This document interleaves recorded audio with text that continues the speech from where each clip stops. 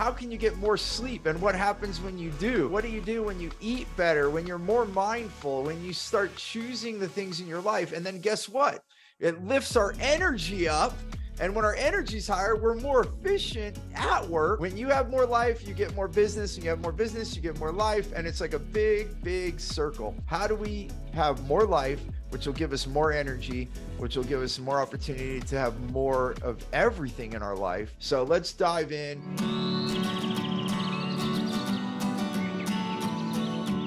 Welcome to More Business, More Life podcast. It sounds smart in some ways to say, I'm going to work like crazy because I know what I want to get done, and I'm going to put all the hours in until I'm blue in the face, and I'm going to get this thing done.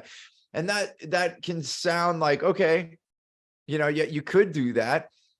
And what I found is when I actually take care of myself, when I actually give myself rest, when I actually have moments of mindfulness, of meditation, when I eat better, when I sleep more, I have more energy and I make better decisions. I make less mistakes.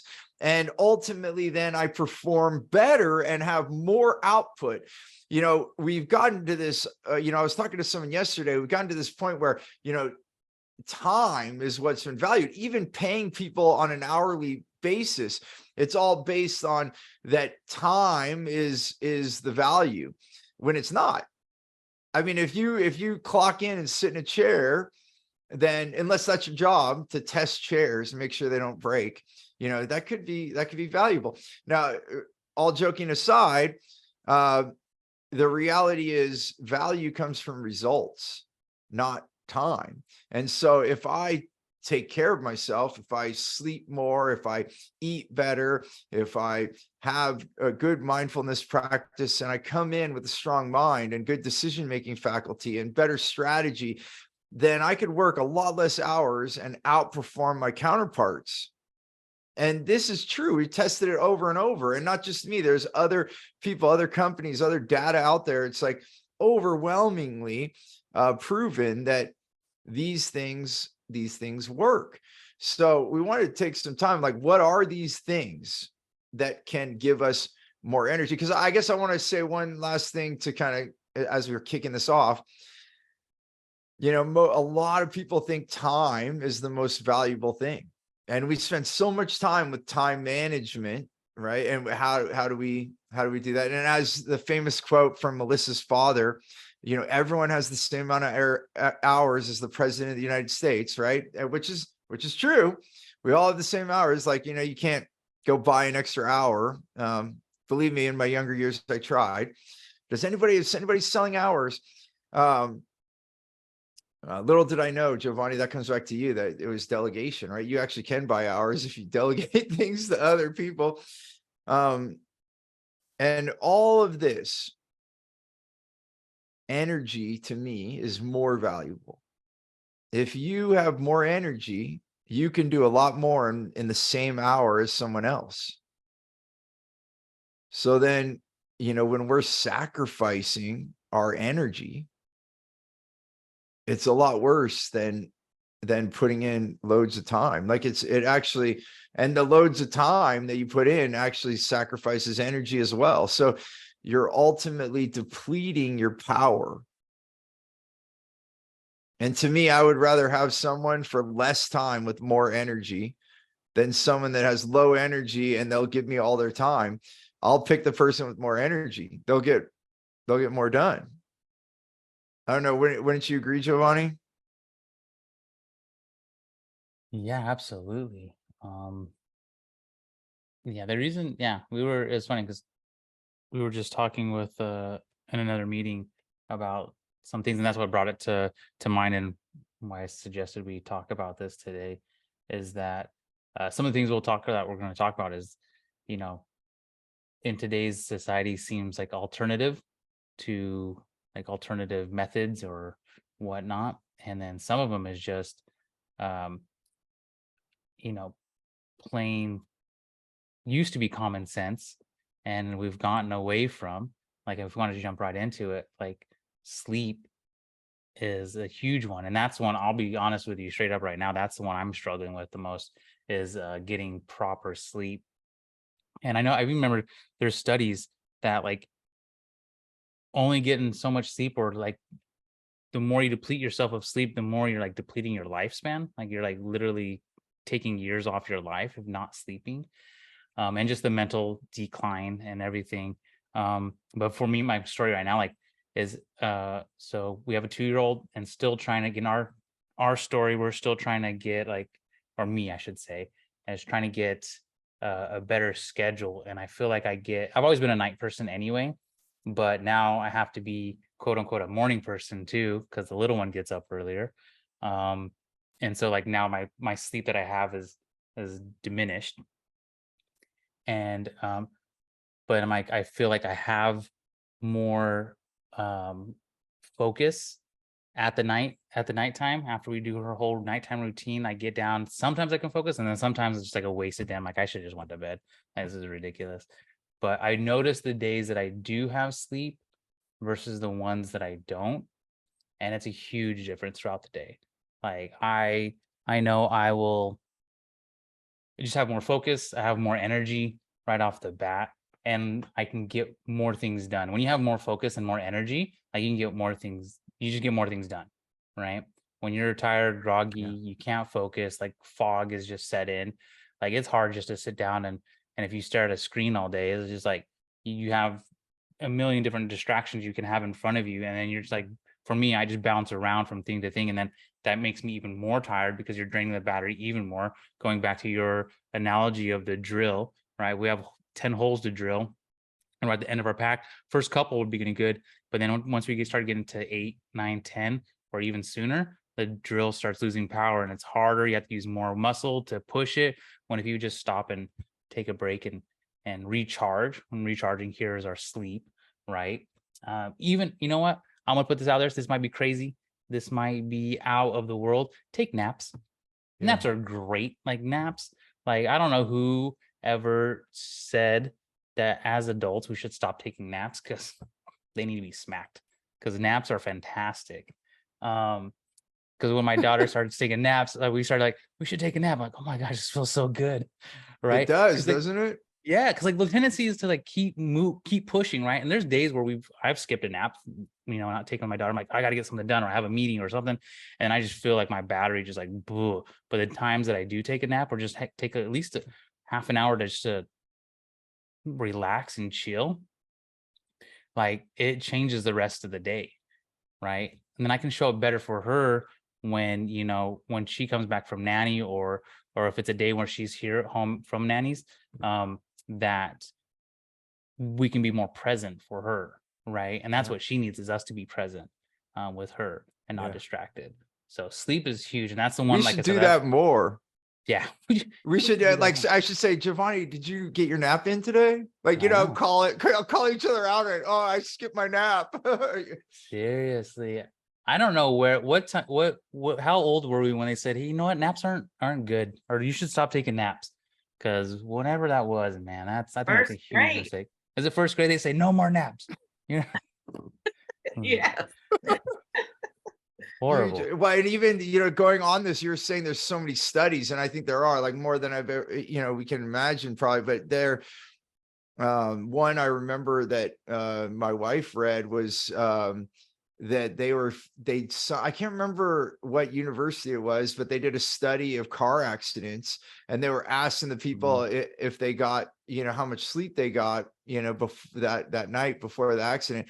And most of the accidents was like a high percentage, what they had they had 6 or under 7 hours of sleep. That's what it was, under 7 hours. And then they were finding the people that had 7 or more hours, there were very few accidents. So just your reaction time goes up, all those things. So if that is there, then you can make better decisions. When have you felt the most energized, and like what's your nighttime routine? How do you feel like your nighttime routine is? And because you came from working like 24/7, like you were on, right? I can't say anything, because you wouldn't only drive what couple hours to get to work, and you drive back, Wait. and Yeah. and then from then to now, what's changed, and like how's your routine changed, and what's better for you? Oh, I would definitely say, for the most part, my sleep is way different than it used to be. Because I used to, I mean, as you said, my routine was, I would wake up at 4 a.m., get dressed, get out the door by 5 at least, for at least a 2, maybe 2.5 hour drive, get to the office, work till 7, maybe 6:30, get home by 8:30, actually do the work from the meetings that I had that day. So I'd be up maybe till 12 or 1, and then I got to get up and do it all over again, right? So I may get like 3-4 hours. Yeah. Whereas now, I mean, I'm one of those people, I love sleep. So like if I could go to sleep at 10 p.m. every night and wake up at 7 a.m., that's kind of my happy place. And I probably don't always get to bed at 10 p.m. Just because of, stuff that I might want to accomplish in the day. But I definitely sleep in. And it was funny because my oldest son was here last month, and we were talking about this, and he was talking about how he didn't realize when he had his kids, like all of a sudden he would have time at the end of the night. And then he didn't realize that, the older his oldest son got, the less time he would actually have at night. So he realized like it was encroaching on his time, and he didn't get the amount of time he really needed himself for his own mental health. So he ended up having to switch it to do it in the morning so he could kind of, get into his day. And I think a lot of times, I mean, to me, he is just like so self-aware, way younger than I was. But and so now, I mean, I do take control of my time. I like to get at least 7 hours if I can. Yeah. More than that seems like too much. But I love a nap. I mean, I am all about the siesta, man. And if you're in Brazil, after you eat, you need to have some time to relax and let it digest. Yeah. So I think we've gone away from that, right? As cultures, right? Because Italians and Hispanic culture, Spain, after lunch is usually typically like the bigger meal, right? You take a little relaxation, not always necessarily a nap or anything like that, but just you relax. Because I remember when I did a study abroad in Spain, stuff at lunchtime, stuff would be closed down for a couple hours or so, like almost ghost towns, and opportunities to go with family, which is like another alternative method, right? Be spending time with your family. But so Steve, for you, because obviously you've gone through a huge transformation with Guillain Barré. What was it like before? I mean, you've had so many different transformations in your life, right? Going from the workaholic to having more life to then, going to having Guillain-Barré syndrome, and then now coming out of that. What was it like just before Guillain-Barré, and then like what is it like now for you? Well, yeah, and if I may, just one thing about the food real quick, because it just popped in my head. My family immigrated from Italy to the United States, and then I also have family that didn't make it into the United States, ended up in Australia. So I have some Italian cousins there, and I'll never forget, like when I went there, we were talking about meals and how they don't eat pasta for dinner. You eat that for lunch. Because then you have time to have all those carbohydrates, and you eat like a lighter meal at dinner before, so that you don't having all that pasta before you go to sleep. But on top of that, I noticed they all took off work. So all my cousins would get off work, had a huge meal, like what we would have in the United States for your dinner. Like that would be your big meal with all the camaraderie and the relationships. and they would have a huge, like, multi-hour meal with pasta and a big meal. And then you have the rest of the day to work that off, which makes sense. It's like, so these are things traditionally that there was a reason. It's also like in Germany, there's some restaurants they give you sauerkraut while you're looking at the menu, because then you're eating all those prebiotics, probiotics. You're getting those bacteria. You're like getting the stomach ready for the meal.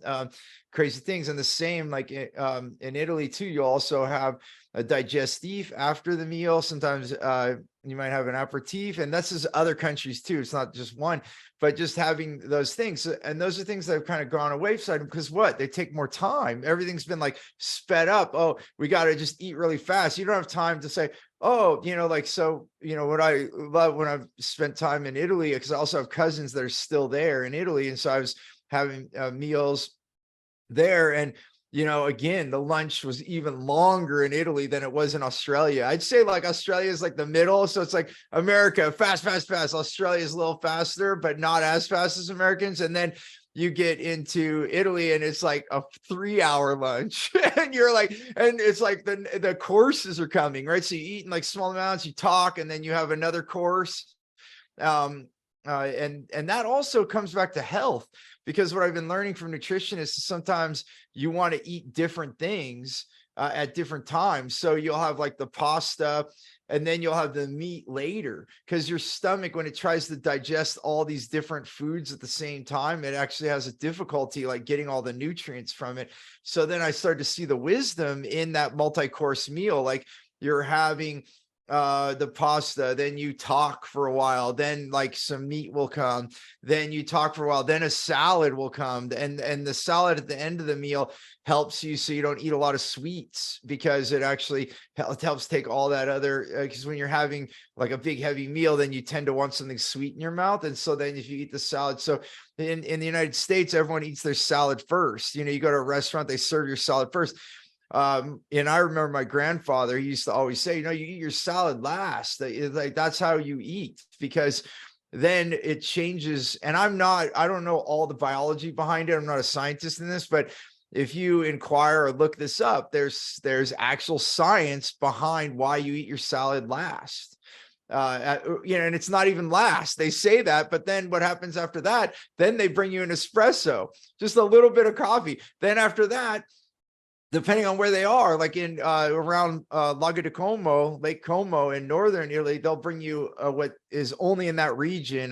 This is not really global. I have found it in the United States, but it's very rare. It's called Braulio, and it's a digestive liqueur that you have after. So you have your espresso, then you have your Braulio, and then after that, then sometimes they'll have something sweet or nuts, different things. So it like keeps going. And you're having all this stuff. So one, it's better for your nutrition, better for your digestion. Two, you're having camaraderie with the people. And then, then you'll work a little later sometimes. So then you take all that time in the afternoon, and then you might work till 7 o'clock, right? So you maybe start in the morning, then you take a huge break in the midday, and then you might work a little later. And so what? Like why do we create these hours that has to be 9 to 5, and I know I didn't expect that to go as long, but I wanted to bring up the whole food thing, and then also goes with the nap thing, right? And taking time. But to your question, finally, after like that was like 3 minutes. Joy, thanks for bearing with me on that. In my sleep, I was with you, Melissa. You did it longer than I did. I think I slept 3 hours a night, many years, and it was tough, and I was grumpy. I look back and I'm like remembering moments, and I don't think I was the nicest guy. So I still had friends during that period, so I know I wasn't a complete jerk, but I definitely noticed that I didn't have the patience, and especially with loved ones, because you kind of let your guard down, right? Like, you're so exhausted, you get home and then you're grumpy, crabby, not contributing, or you just pass out on the couch when you're supposed to be having a conversation. with your loved ones, and you're done, and then I started to have more life. I got mentors, and I started changing, and this is when more business, more life started to become where I came up with that name, because I started to implement these ideas into my life that I could design my life. And I did start sleeping more, and lo and behold, my health got better. I lost weight. And even at the beginning, I was just eating the same, and I felt doing the same thing, but I was sleeping. Like, it actually plays a toll on your digestion when you're not resting and recovering.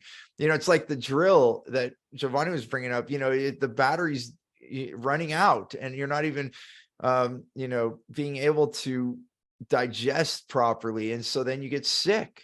You're not even getting the nutrients in your body to create that energy, going back to energy versus time. We had the pandemic, and something old parts of me did resurrect. It was like, because so much was changing, and we're a training company, so we did a lot of training inside rooms, right? We're like meeting and speaking and doing trainings all around the world, and all that went away. So we had already been online, so that's the good thing. We had already had some of that, but we had to escalate that to sustain the revenue that we needed to for what infrastructure we had already created.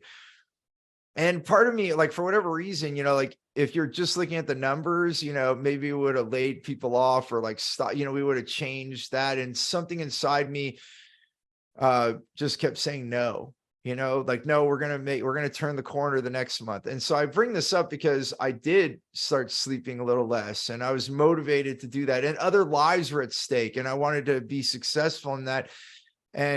And I don't think I'm not a regretful person on that, but also maybe I started making mistakes too. Again, like, going back, like, looking at it in reflection, if I would have gave myself permission, maybe I would have done it even better, but it was what it was. And for this conversation, and then 18 months into the pandemic, so there we are dealing with all that.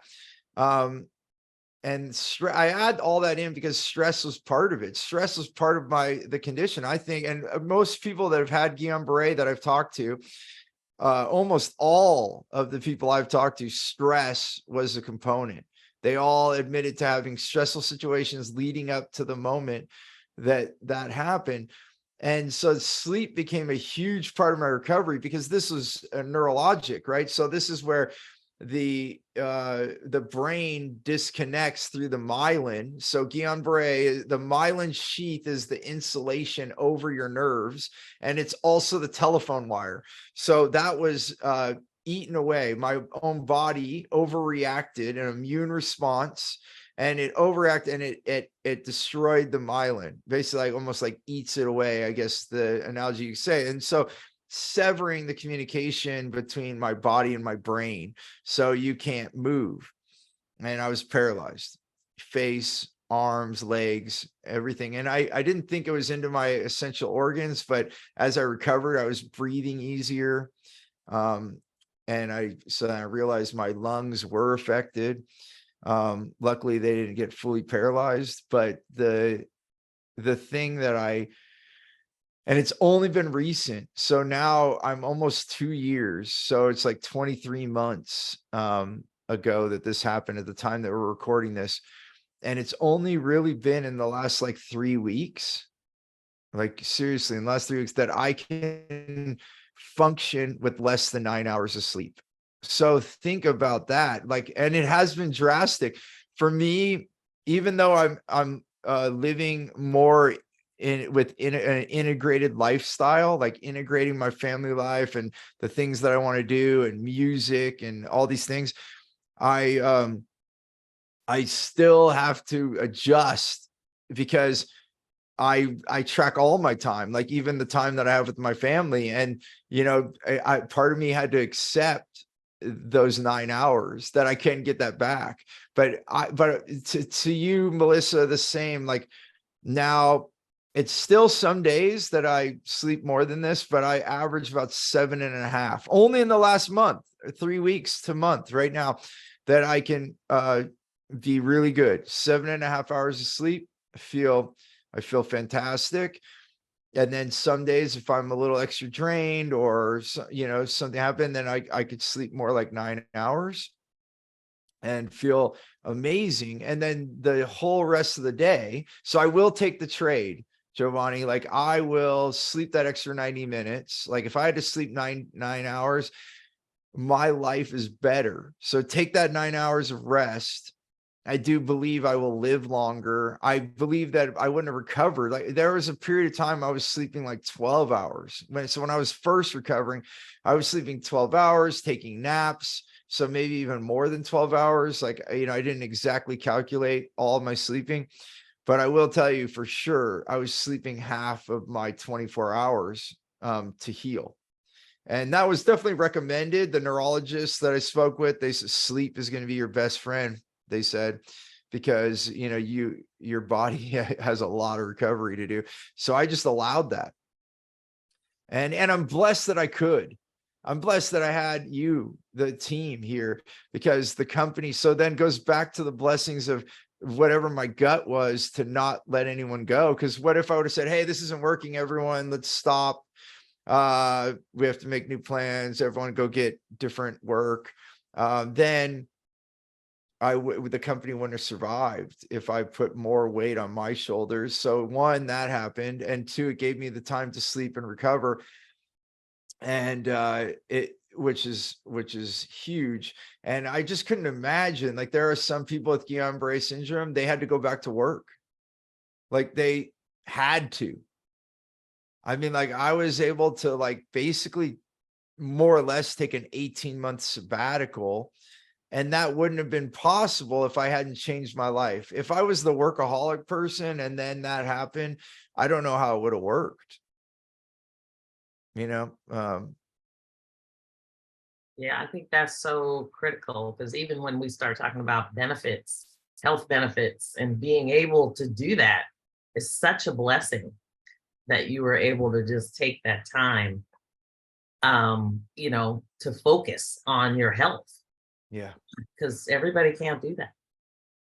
I feel totally blessed in that, Melissa, because the other thing, talking about alternative, like Giovanni is bringing up today, most of the things I did after I was in the hospital were considered alternative.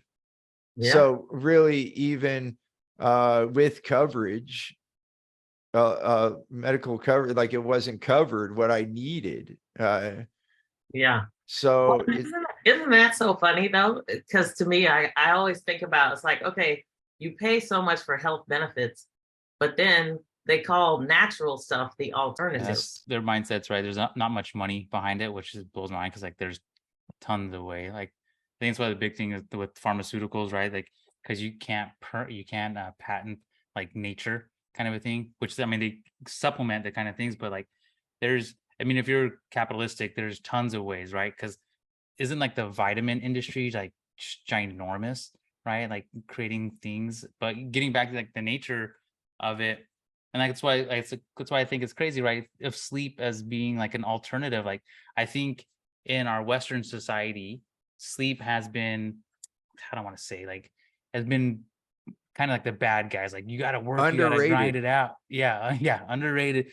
But I don't know if it's because I searched something for sleep at one point in time, but I see more and more stuff coming out with either people trying to create things to help people sleep better, or even just more like neuroscientists like Andrew Lieberman and other scientists really emphasizing the importance of sleep and how I think we're kind of coming like full circle of like seeing the effects of people who have been sleep deprived through their like whole adult lives from just grinding it out kind of a thing, and we're starting to see the effects and causes of not having all that stuff.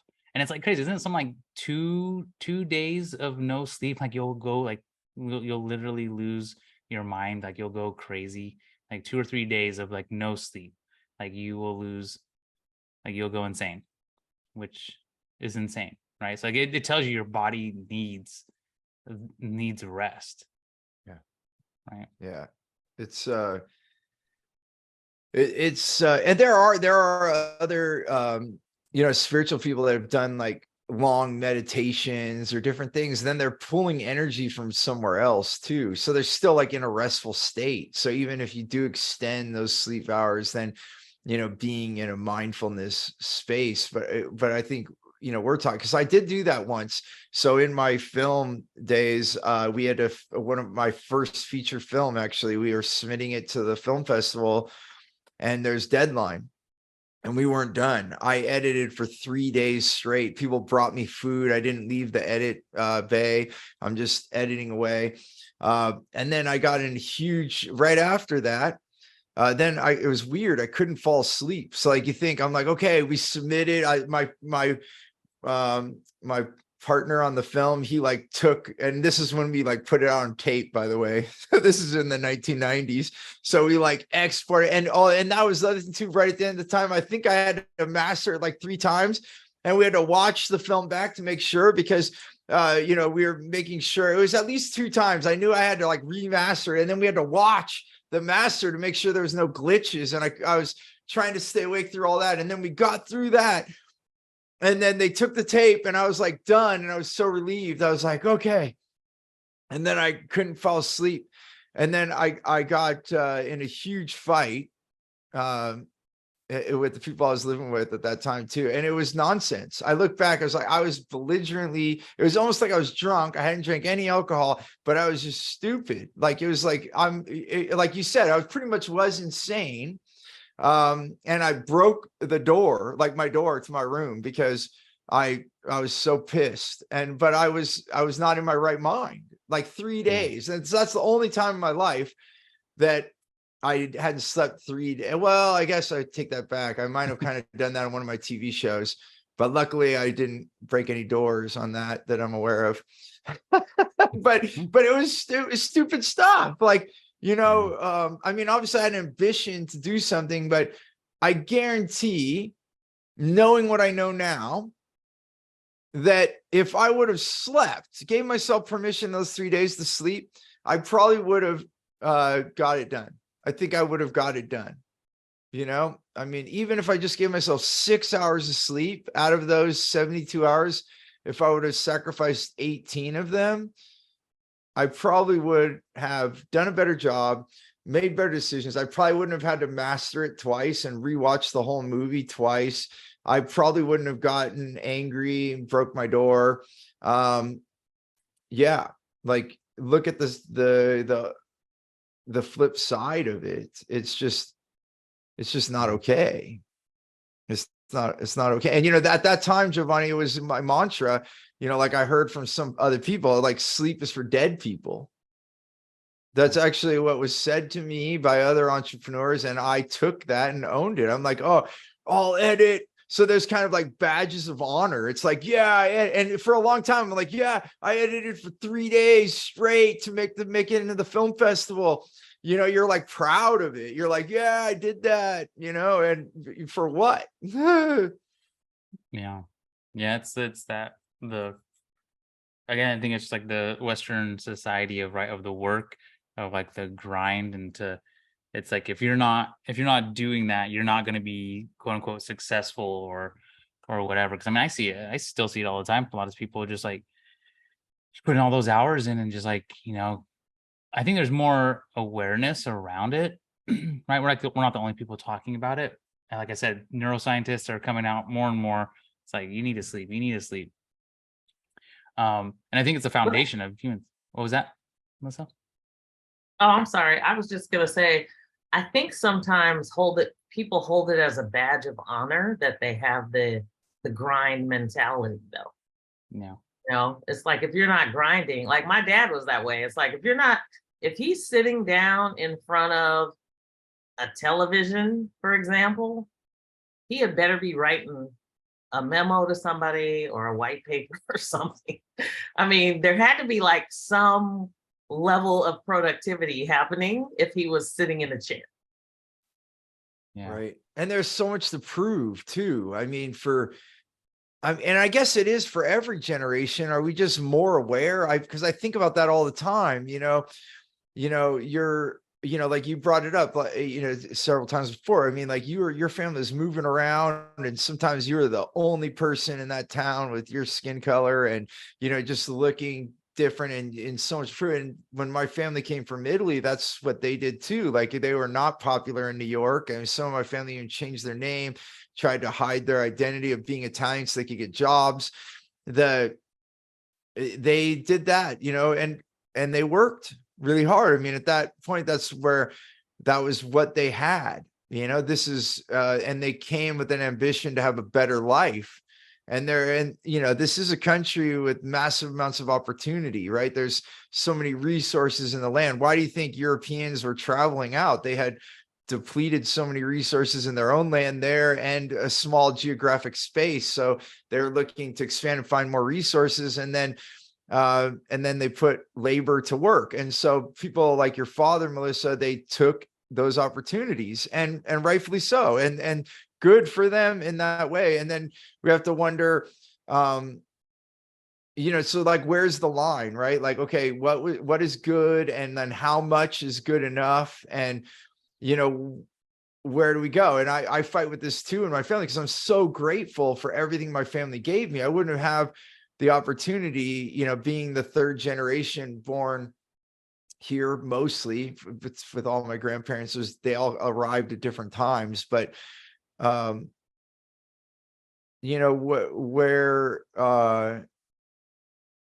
do we draw the line? I mean, you know, it's a really gray area, because you want to be able to take care of your family, and especially when you're the minority, or, you know, you have an opportunity and you take it, and you wonder, are we going to get another opportunity? We better take it all, you know, are we going to have another? But in that case, then are we just in a scarcity mindset that we have to take all of this because it's never going to come again? But, you know, that's like saying that, oh, we better get all the sun this summer, all of it, because we don't know if we're going to have a summer next year.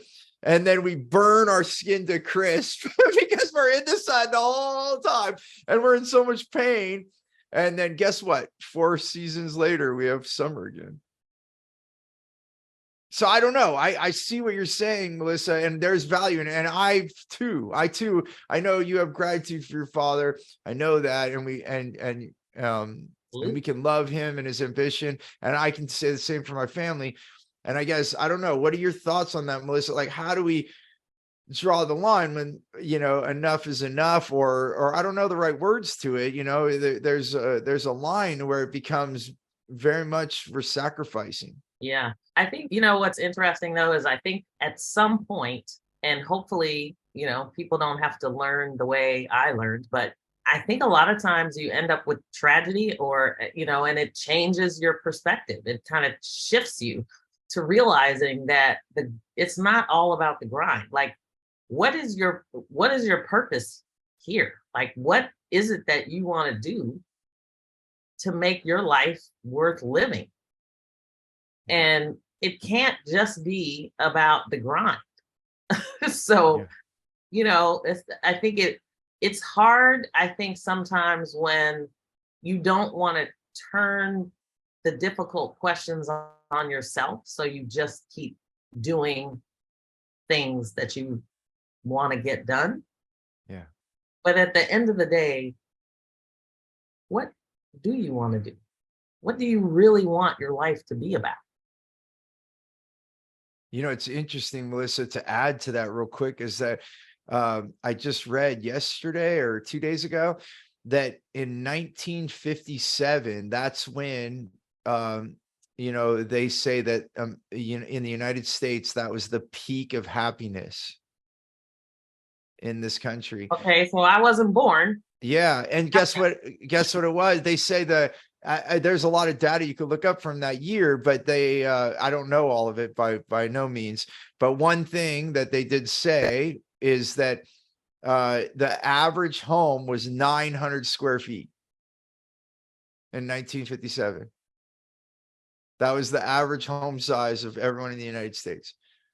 And then it made me flash back to my grandmother. She always said, because, we have these big Italian families, right? And all these people and cousins and everything. She said, it didn't matter how small our house was. My mind flashed that because they had all these stories, these small houses. And my grandmother she was always happy because she had this table that would expand. It would like fold up and go against the wall, and then it would expand it. And she said, it didn't matter. We'd have the doors open and people would be eating outside and inside. And like, we just fit everyone in. And it just like, it came back to those things of life, right? Like being with others, feeding each other, and not having big old houses. I think part of the being an individual and everyone having to have a big house. And how many neighborhoods in the United States where every neighbor has a pool? Like, do you really all need, like, why don't you actually have a pool party together? I'm just like saying these things out loud, because then we make ourselves spend all this money. Then we have to go work to make more money for these things. And so things actually take away from our life, right? So do you want more life or more things? Giovanni, there is on that home thing of like the size of the home. There's actually studies done on like a heat map of how much time people spend in homes these days, and all the extras outside of the bedrooms, bathrooms, and kitchen. Everything outside of that was like minimally used. Like, so like the bigger your house got, like the less time you spent in any of those other spaces. And everybody usually congregates around the kitchen, their bedrooms, and or the bathrooms, right? The three things that you really need in a home. And it's interesting because then it goes back to what you just said. Like the bigger the house you have doesn't mean necessarily that you're going to use it more or anything like that. It's just means you got to pay more, and like you got to fill you don't have to, but when we have space, we fill it, right? As humans, like, there's something, I need to put something in the corner. I need to put something over here. And you buy more stuff. And then you like have all these things that accumulate. And I think from what I heard, I can't remember what it was, but it was just a little bit over the 900 square feet. So I think it's like around like the 1,000 to like 1,200 square feet was like typically an ideal size of home, right? I mean, it depends on how many like kids you have. I mean, if you have 15 kids, which I went to school with a guy, his family had 15 kids, and you might need some more space, right? But for the average family, which is what these days, like 2.5 kids or something like that. I don't know how you get a half kid, but yeah. It's all that math, Giovanni. It's the averages. Yeah, I know. That'd be funny. This is our half kid, half child, Johnny. But Jen and I, we've lived in tiny little apartments as we travel around the world and like lived in different places with the kids. We've lived in tiny little apartments, one bathroom, with 3 kids and 2 bedrooms where all 3 kids had one room and Jen and I had the other room. And then, and we actually have come to find that we prefer the smaller dwellings, or even the way that it's designed, because some of the big houses that we lived in, it's like, hey, where is everyone? We're going to eat. Like, you're like going around searching for people, like you can't find them. And it's crazy. And then the fellowship goes down, right? Because then you're just like all over the place. No one's together. And when you're in the small space, it forced us all to be together, good or bad, right? It's like, like you're right there. So you got to get over your stuff. If you get mad at someone, you got to get over it quick because you're right there with them. Yeah, Melissa just put in the chat, texting your kids to come to dinner, right? It's like, well, good thing we don't have to install intercoms anymore, right? Like, you don't need an intercom in your house. Everyone has their phone in their pocket. But, I think, bigger is not always better. And, I've thought about this too, because, I remember I'm a very ambitious person as well. But, I really talked to my wife about that. As you travel and you look at some of these castles, right? If you look at like even Hearst Castle in Southern California, if you look at, there's this, I forgot the guy's name now, this Canadian, it's in Toronto. There's a castle there. You can go visit it. At one point he had 75% of all the wealth of Canada or something crazy, right? And he built this mega mansion. And you look at their families, when those people died, they didn't keep them. They give those to the government. Why? Because those houses cost so much to keep up. Like no one, the Hearst family, which is a well-off family, they have inheritance and all that. They did the right thing. They gave the castle away because they knew it was going to drain all the family resources to keep such a mega place, right? So I told my wife, I said, if we ever are ambitious to do something like this, that's it. Henry, yes, you found it. Yes, Casa Loma. Look at Melissa. She's doing Giovanni's job. You delegated it, Giovanni, huh? Giovanni's usually the one. So yeah, it's the Casa Loma in Toronto. Then but if you ever do this, it needs to be sustainable. So I told my wife, if we ever wanted something like this, like a retreat center, maybe not a castle, but like a retreat center, because I do like retreat centers. I like to bring people away from the corporate office. Again, more business, more life coming there. But that's how it have to be, so that it's a collective, it's sustainable, right? It's being used by a community. It's kind of like the idea of a community pool. If you want like a mega pool, well, then have a whole bunch of people living around that pool. So then we can all congregate there and have access to that pool. Then that's sustainable. Then you would see something that would continue to thrive. If Hearst Castle wasn't turned into a museum, it would be falling apart. It would be dilapidated. It would just be gone to the wayside. And only the fact that we are, awestruck by this mega mansion, that we would pay ticket prices. I was talking to the people there for the state of California that own Hearst Castle. Hearst Castle itself pays for like 70+% of all the state parks in the state of California. That's how much they get in tickets to people want to go parade around this thing. But if it wasn't for that money, it would not be able to sustain. It would not be able to exist. Yeah. And I wanted to, because I know we're kind of coming up on time here, switch it to one of the things, because I know you're passionate about is another quote unquote alternative, but using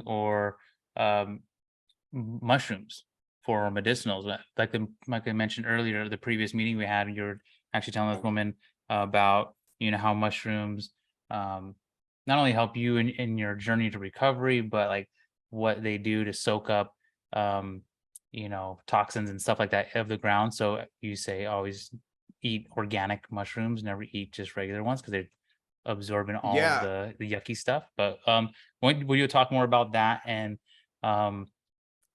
just share what it is about, because I think plants are kind of getting back to what Melissa was saying earlier about nature, natural things healing, right? And that it's crazy that our health system doesn't cover those things. But and we were talking earlier too, and might as well mention it here, is that like if you allow your body to heal, it will heal, right? Our bodies are amazing things, and if we stop putting in all the toxins and chemicals and plastics, and just put in the good stuff, like our bodies will start to heal naturally and on their own, and we'll give them a fighting chance. Our bodies are amazing already. Like if you think about how much poison people put in their bodies, right? Like all the foods, processed foods, all the other stuff, like that tells you how amazing our bodies, and if we just give it the right stuff, like how much even more amazing things will be. So would you like just drop some knowledge bombs on us with the mushrooms and like how it's helped you and all that stuff?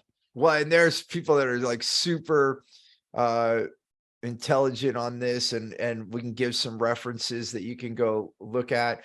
But I've been learning from others, and so Mason Taylor, who owns Super Feast, they're out of Australia, but they're also in the United States. And I don't know what other countries, if you're listening in other countries, where else they ship. But I got to spend time. I went on a retreat in Peru where we were in the Amazon, and that's where I met Mason Taylor. People are coming from all over the world to be at this retreat center. And then he started sharing with me, and these are like ancient Chinese Taoism medicines that have existed, like this transcends time. They were even saying, this other farmer that I recently met about a year ago, he was saying that they found shaga, which is another mushroom, like in inside a pouch, kind of. They had some remnants, somehow they were able to test it around a skeleton that they had found from, ancient times. So they're saying like our early existence, like as humans already knew the medicine of mushrooms at a very, many, many years ago. And so to the point of like today, like now there's so much more information about this. And lion's mane has become a really good friend of mine because of what I went through with Guillain-Barré, because lion's mane helps with the nervous system. It helps with your brain. It helps with your focus. So if you find yourself without focus and you're trying to work, then lion's mane is a great one for you. This is a mushroom that a lot of people don't know about. It's becoming much more popular. Like this is, which is good. It's a good thing. But back to your point, like mushrooms, from what I learned, and there's documentaries about mushrooms, like, and I'll have to look it up. I don't remember the title of the one that's most recent, but we brought mushroom compost into our land where we're gardening and such. And we learned that mushrooms absorb the toxins. So if you that's why, this is my own conclusion. I don't know if who else would say this right now, but just from learning that the mushrooms absorb those toxins, I was like, why would I ever eat a non-organic mushroom? Because it's like full with all those toxins. And but it's a beautiful thing that we can use that. And they're seeing too, like they say there's a mushroom in Oregon, the state of Oregon in the United States, that's bigger than a whale. And that they've now proved through testing, they use like some fluid. I just need to get a sip of water here real quick. I wasn't going to get that sip of water because I know we're almost done with the show here today. And I thought, oh, maybe I can make it, but then I would be like sacrificing my mouth and my throat. So I got the sip of water. So like, if you need a sip of water and you're denying yourself a sip of water, then you should get that sip of water. And so back to the mushrooms to kind of conclude this, and you'll want to go do your own research and look at this. And like Super Feast, he has a lot of knowledge, and they have a podcast as well. And like I said, there's many, many sources. Another one that recently I stumbled upon is Dr. Zach Bush. And he's showing how he was actually a developer of chemotherapies. And then he started saying, wow, something's wrong. Like when we have so many ailments, it all comes back to inflammation, and the inflammation comes back from the body trying to fight off all these chemicals. And so then he found some of the things that he was trying to develop to heal in organic matter. And so if we actually just ate organic and got the good bacteria, because the way that Western medicine is just to kill everything. Take an antibiotic, kill all the bacteria, spraying pesticides and herbicides all over our crops. That's killing all the bacteria. And guess what? We humans, we survive with bacteria.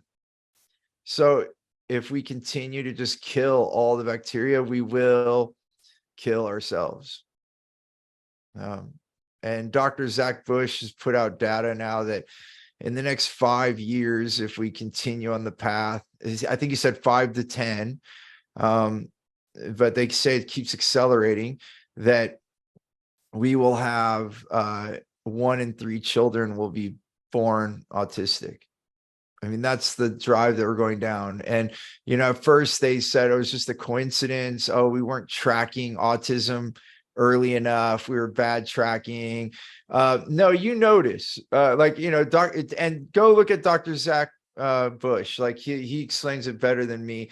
But all of this comes back from, it goes back to the root of all this. We want good energy. We want to be able to live in a good way. We want our families to be, we don't want to be sick. We don't want to be hurting. We don't want to see our family go through pain. And we don't want to fight all these diseases. I don't think we have to fight disease. We just have to stop eating poison. I mean, the body's so miraculous. Look how long it's allowed us to survive through all of these poisons. Some of us not as long as others. Someone could go about life and not get Guillain-Barré like I did. Maybe I'm more sensitive. And you know what? I'm grateful that I am. Because if me telling this story could get like one other person to maybe watch their diet, to notice what they're eating. And we all say, well, how do we make change, right? I don't even want to fight these big chemical companies. I don't want to. what I want to do is I'm going to use my dollars. I'm going to buy organic things. And guess what? Like naturally, those business people that want to do business, they're going to notice that over time, and they're going to start selling me what I want. I mean, that's, so it's the best thing is just to take care of you. Like, I think sometimes we distract ourselves to go fight. So we leave our house to go to war. And I mean, leave our house, even if if you're at home, you're leaving your house, if you're sitting in front of your computer, yelling at people online on social media, that's leaving your house because you're losing your mind in that. The best thing you do is go hug your family, go feed them a good, nutritious meal. You want to do that, and then share that with your neighbors. That could be a good thing. We could all change the world if we just slept more. Look at what we're talking about. Get some more sleep, eat some better food, and then relationships, right? Like spend the time. So who are you eating your meals with? Who are you spending time with? Who are you giving hugs to? We will make the world a better place by just doing that. And that's not hard. You don't have to go fight the world. You just need to take care of your family. So I often say, stop worrying about the White House, like here in the United States, and the elections have gotten really crazy lately. And I'm not disagreeing either. I'm not saying that the issues are not there. I'm not saying, and I'm not denying that there are issues. I'm just saying, don't let that be all of you. Turn your attention to your own house. So stop worrying about the White House and start working on your house. And if we all did that, where would the world be?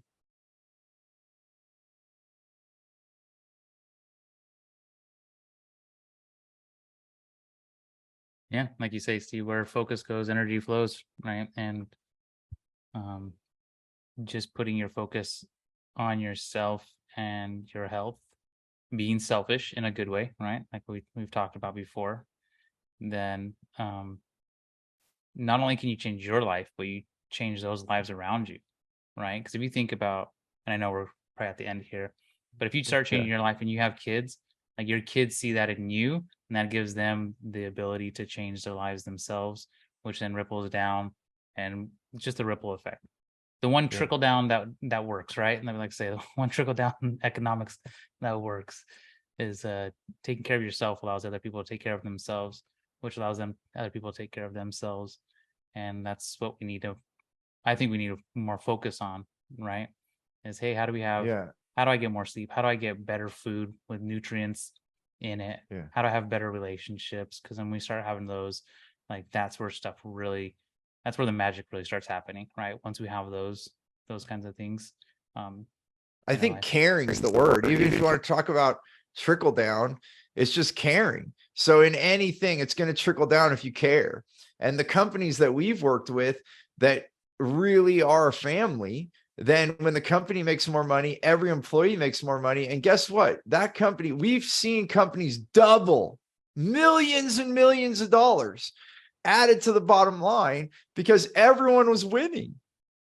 Then everyone's rooting for it, right? And so I think that's ultimately what you're saying, like that could be at the family level with our kids, that could be our neighbors, our community, think of it as a target. Start inward, and that means you. To Giovanni's point, it starts with you. If you're not okay, it's going to be really hard to help other people.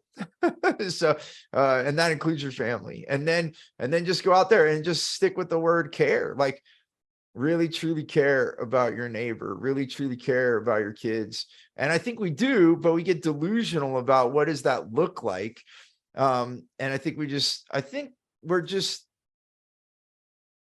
getting to the point where we're noticing what's really important. And they say adversity wakes us up. And I think it really is, to your point, Melissa, earlier, is when big challenges are, we lose life, we lose family members, me losing the ability to use my body, to be paralyzed. And this is happening all over. Like, we are being told something here, like, listen up, it's time to think differently and do things differently and live. we're not made to, well, for many years, like, so just think, and I know we got to wrap this up. This might be a little longer podcast today, but we'll encapsulate all this. Obviously, this is a podcast that comes out weekly, so we can keep talking about this next week. But if we're in the grind mentality and that's all, then what are we living for? What are you going to do? Like, maybe you're making something. Maybe your mission is not to get married, have kids, have a house. Maybe your ambition is to make something. Okay, go do that. Right. I mean, if that's what you want to do, if you are a family person and you want other things in your life, then just be cautious and pause enough to be aware of what you're sacrificing. And is that what you want? Is that true? To Melissa's point, is that really what you want? Because you will wake up one day and say, what the hell did I do? And my grandfather, my dad's dad, he was a workaholic too, as was my father. But at the end of his life, he said to me, he said, Steve,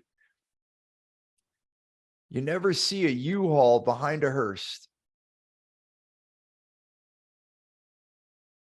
You're starting to wonder, what are you doing it all for? What are you doing it all for? And if you know that, you know why you're doing it, go for it.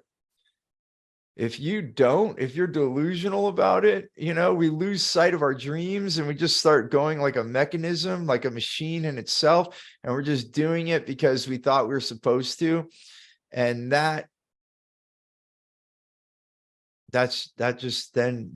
we become old and regretful.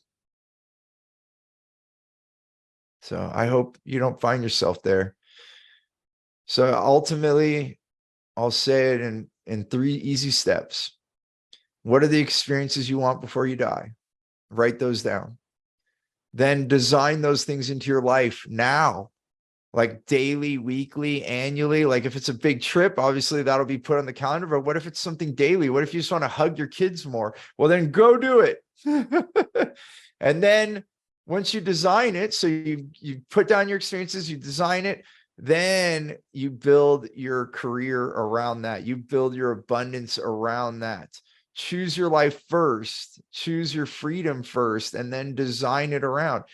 I thought that I was going to make money and then I would have the life. And then you get there and you're like, wait, this isn't what I wanted. Well, that was because I didn't design it. I just allowed it to happen. If you just allow it to just happen, allowing can be a good word, but I mean, if you just like go make money expecting all your dreams to come true, there's a falsehood in that, because you're not doing it by design. If you're doing it by design and you pour into it, you will get what you want. Does that make sense? Yeah. Yeah. Absolutely. Well, thanks for sharing time with us here. And a lot of times we talk about, business tactics, life tactics, our framework for our calendar, and these very structural things. And so thanks for sharing time around energy, nutrition, sleep, things we don't talk about as often, but we probably should. So I hope this is helpful. If you gain value from this, let us know. What do you want to know more of? We appreciate your feedback. And if you enjoyed this, please subscribe, write a review, tell other people what you thought. That it doesn't just help us, it helps other people, because if we invoked any change in your life today, then if you do that, if you share this, if you write a review, then you're actually helping other people recognize the same information, and you're helping others. And this furthers our mission to help as many people have the freedom they desire. So thank you. Thank you for that. Thank you for your feedback. Please get involved. And we look forward to seeing you, interacting with you on our next episode and on social media. And thank you for listening to this podcast. And if you've gotten value, please let us know. If you're a part of our weekly newsletter that prompts you on each podcast and gives you other tips and things, we always give as much value as we can. This is our core purpose, to help as many people have the freedom they desire. So we're living it right now by producing this podcast and our newsletter. It's absolutely free so that people can learn from us. If you want to join our newsletter and you're not on the newsletter, all you have to do is text WOW, W-O-W, to 72,000. That's 72000. And you can respond. We actually have a team and it gets to us. So Melissa and I will hear about it and we'll give responses. So you can email, you can hit reply literally to our newsletter and write your questions or give us your biggest takeaway. We love to hear from you. And then it'll prompt you to join our newsletter. And we love to have you. We hope you're getting tremendous value. And until next time, as we like to say, remember, choose gratitude and create freedom. Thank you so much.